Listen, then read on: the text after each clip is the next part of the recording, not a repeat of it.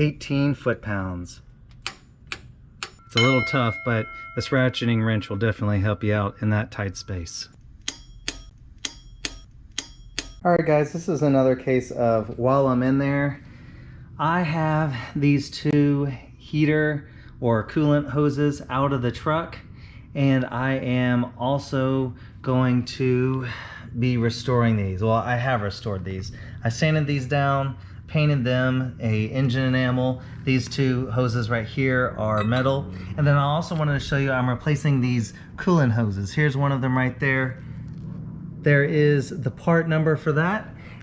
And this one attaches these two metal hoses together. And then this one right here, let me show you the part number. There is the part number for that one. And that hose, well, let me show you in the engine bay here real quick. So that bottom one connects to this part right here. And by the way, I did replace it's like a gasket or a rubber O-ring that is behind this big metal piece right here. So anyways, let me show you kind of the routing of this. It starts here, goes up, then it actually goes underneath the exhaust manifold. So that center hose that I'm replacing is about right here, and then it goes, then the metal one attaches to the block with a nut. It comes up and it connects to this heater hose right here. So anyways, just showing you that, as that is just another, you know, while I'm in there, I am, you know, kind of restoring and replacing a couple of coolant hoses. And there is that newly refurbished hose. It has a fastener that, or a nut that holds it down right there. Then it comes along here underneath the exhaust manifold. There's that brand new hose right there. Then it continues on over here. It has another nut or a bolt that connects to it there. Followed up here, and then all the way down to this water inlet right there. And now I have brand new hoses and refurbished metal ones. Alright guys, next up to put on the truck is the harmonic balancer. Here is the plate that goes behind it, and here's the harmonic balancer itself. And then we have the 4 bolts right there. Now, in order to torque this down to the specified specs, I am going to have to use a barring tool. So I will show you where this goes. By the way, I'll have a Amazon affiliate link in the description to where if you need one of these, you can buy it from there. That gives me a small commission.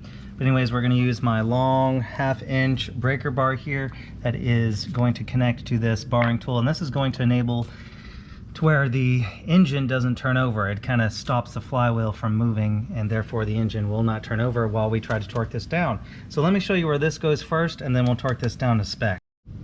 Alright guys, just to give you some perspective of where that barring tool goes, here is the front of the engine, obviously, and let me bring you over here.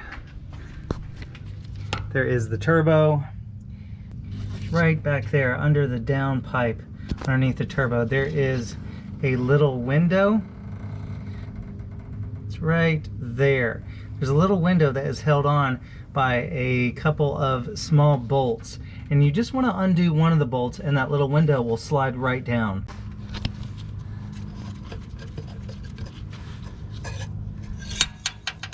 So as you can see here, I didn't even completely undo the bolt. You don't have to undo the bolt all the way. It's just like just a little slide. You can see it just hooks on there. It has a little open window there, and you just slide this down, and then this hole right here, this is where you're going to fit the barring tool, which is going to hang on to the flywheel. Here's just another view. This is with the light on it, and you can see the window is slid down. There are 2 holes. You're going to put the barring tool in the lower bottom smaller hole there.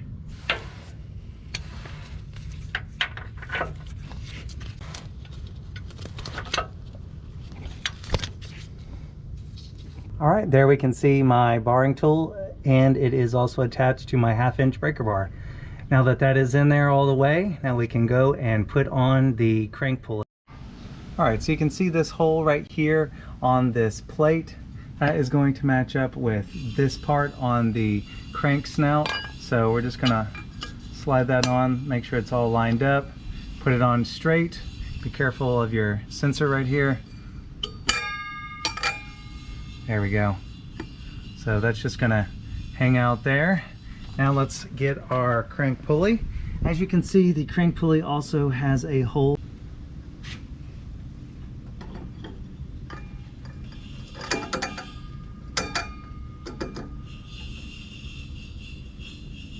All right. That's looking good. Let's get our 4 bolts. Let's torque them to spec.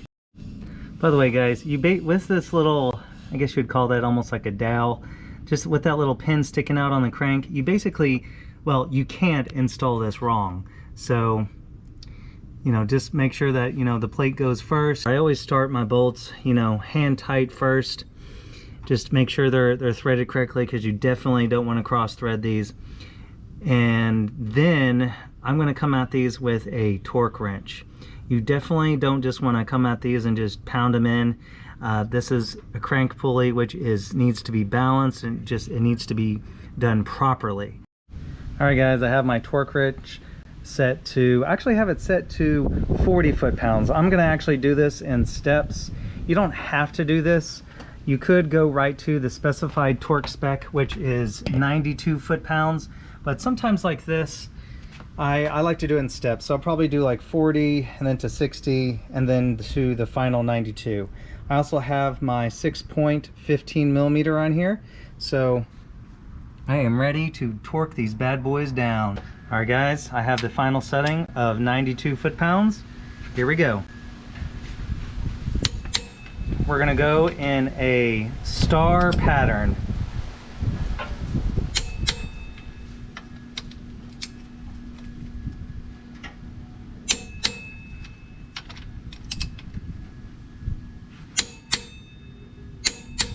All right, 92 foot-pounds. After you're done torquing them down, make sure you take out that barring tool immediately. That is very important. Make sure you take that thing out or you're gonna have a bad time.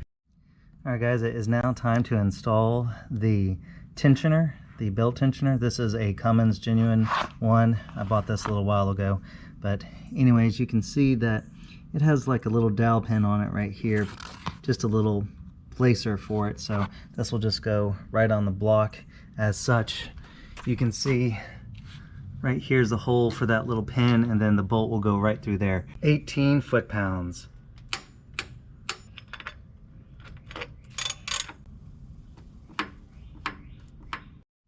All right, guys, I got the fan installed. As you saw in the removal, I just opted to undo these 4 bolts that held on the bracket instead of removing that bolt down there, that nut loosening. That one's a little bit more difficult to do, I thought. So either way, as long as you get the fan out, it's all good. And by the way, again, this bolt right here is the longer one, and it is pretty tricky. I found that it is easier to get a ratcheting wrench like this, a ratcheting wrench back there, and just get it from this angle. It's a little tough, but this ratcheting wrench will definitely help you out in that tight space. And by the way, if you took off your idler pulley right here like I did to get easier access to those 4 bolts, this bolt right here on the idler pulley is torqued down to 32 foot-pounds.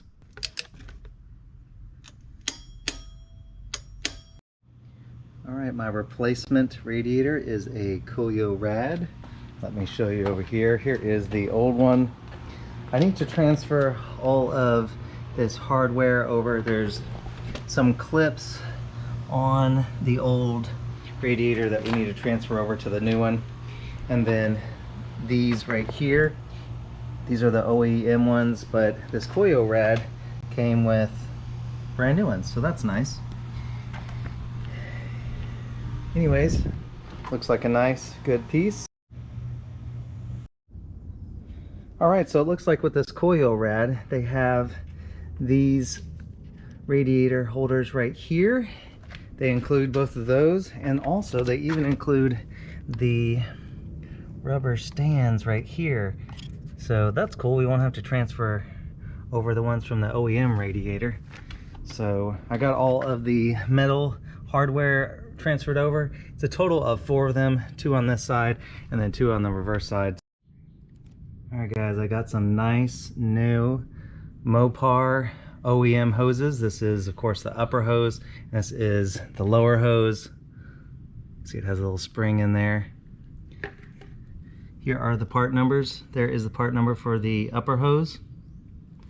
And then here is the lower hose. Even tells you engine end. There it is on this one, engine end. So that's pretty cool. Brand new Mopar OEM hoses. All right, so before we have the hoses connected to the radiator, you can see it's just sitting in there. We want to install the fan shroud first. So I'm just gonna slip this in there, and shouldn't be too much a problem. May have to work around the fan a little bit, but at least on my 03, I can just slide it down there. There are little support clips that the fan shroud slip right into. They should be on your radiator. Mine are right here. So that's good. We'll leave this loose for now. Now I'm going to try to get in the windshield washer tank and the coolant reservoir tank. Here we have the windshield washer fluid tank. You can see there are two places for fasteners, but also whenever you put this in, just be very, very, very careful of this guy right here. You do not want to break this off right there. So if you break that off, you have to buy a new one of these. So anyways, we're going to carefully put this in there. Also, you see this little bump right here on the tank. Don't forget, it goes all the way down there, slips that in there. So this should be pretty simple. All right guys, I'm going to go over a quick overview of a step-by-step order of how you install all this. So first, the radiator. You know, just be sure all of the grommets and everything are seating correctly. And then after the radiator, you're going to want to put in the fan shroud. That goes around the fan. It will fit. It is a tight squeeze, and don't forget there are some little lips on the radiator to where the fan shroud slip onto. So anyways, fan shroud. Next, you're going to want to do your windshield washer fluid reservoir. Don't forget there are two fasteners, one up top here and then one on the bottom here. After you have the windshield washer fluid reservoir in, then you're going to want to do your coolant overflow reservoir here. So this one's a little tricky. You kind of have to go in from this area, go in at an angle, and then there is a little thing on the bottom of the fan shroud. Don't forget that. That is right there. So don't forget that. It just slides into there, and then your windshield washer fluid reservoir also slides into this little divot right there. So that's how those go in from underneath. Then of course, don't forget you have your couple connectors that you need to connect, and eventually your windshield washer fluid reservoir hose needs to connect back to that. But anyways, let's get back to the order.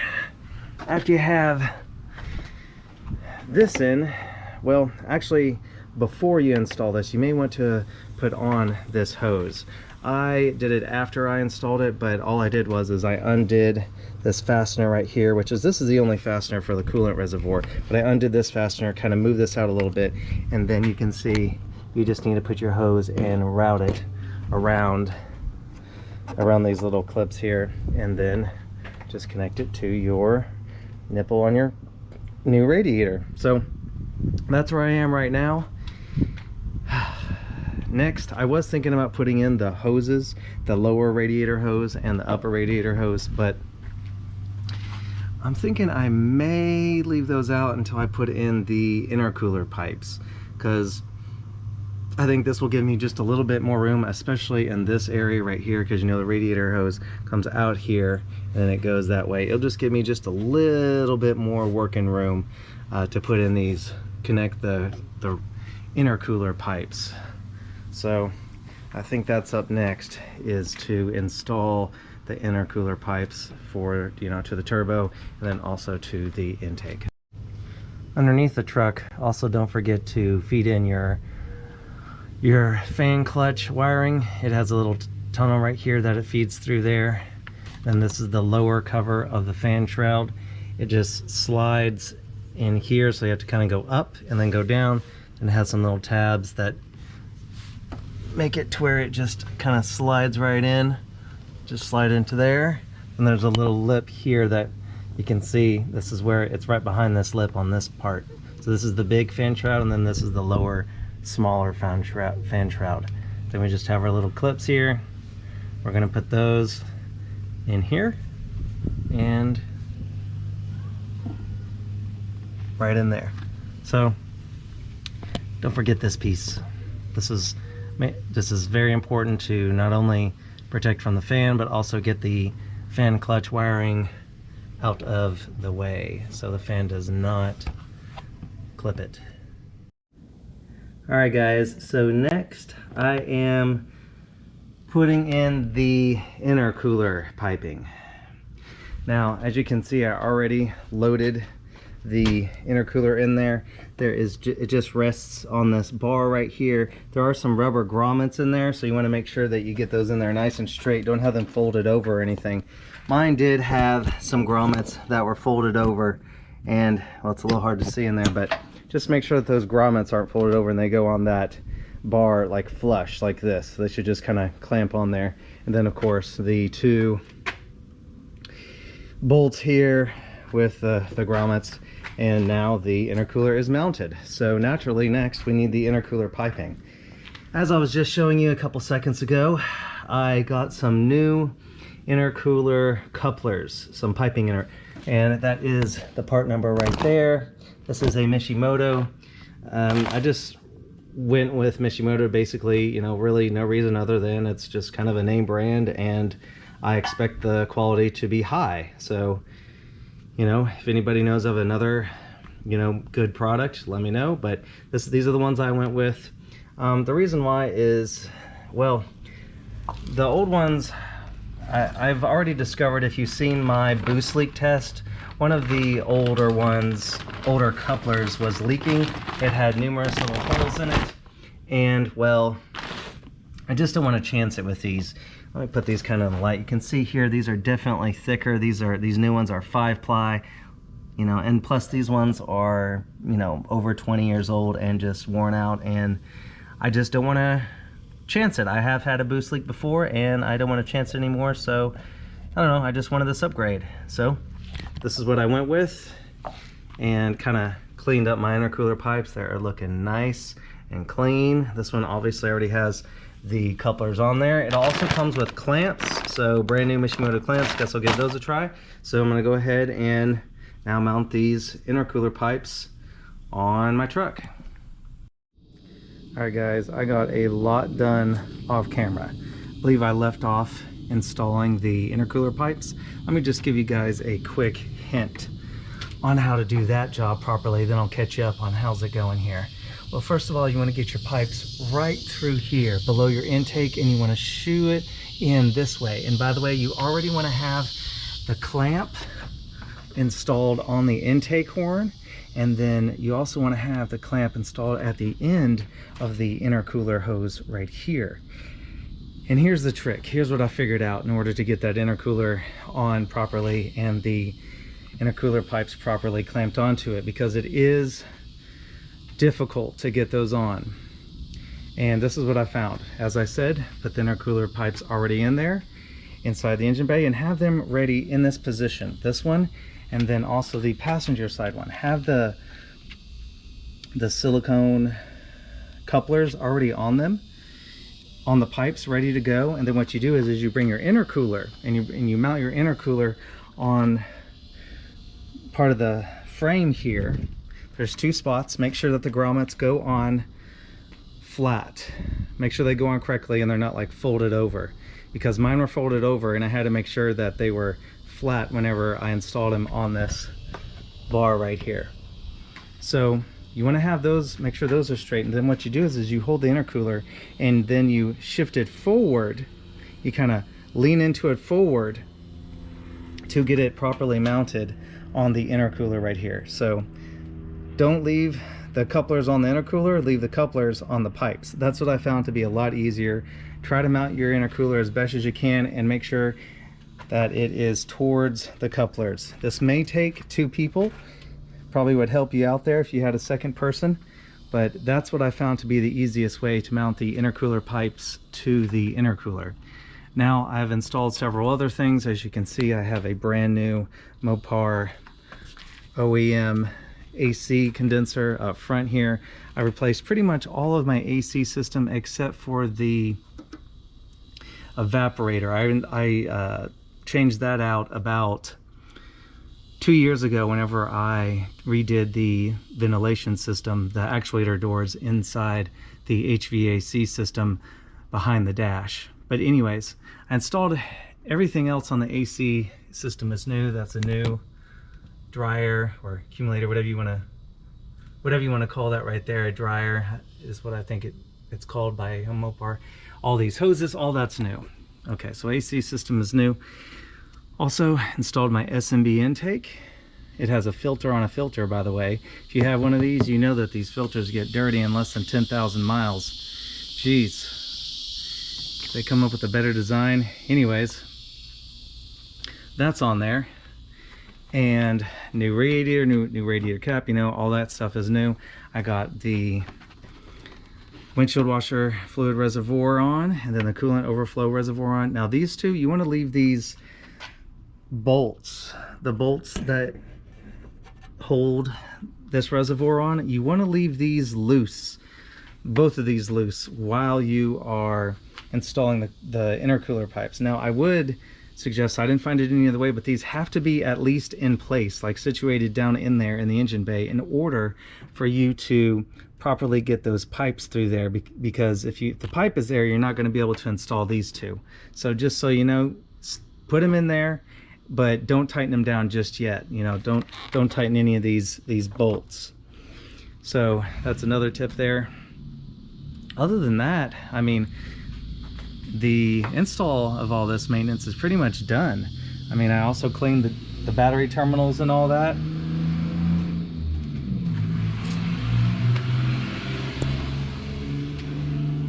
So that's all clean and that's ready to go. Other than that, just need to start this thing up, make sure there's no leaks, and it should be good to go until the next project. So anyways, I want to thank you guys for watching. If you could please give me a big thumbs up, and I'll catch you in the next one.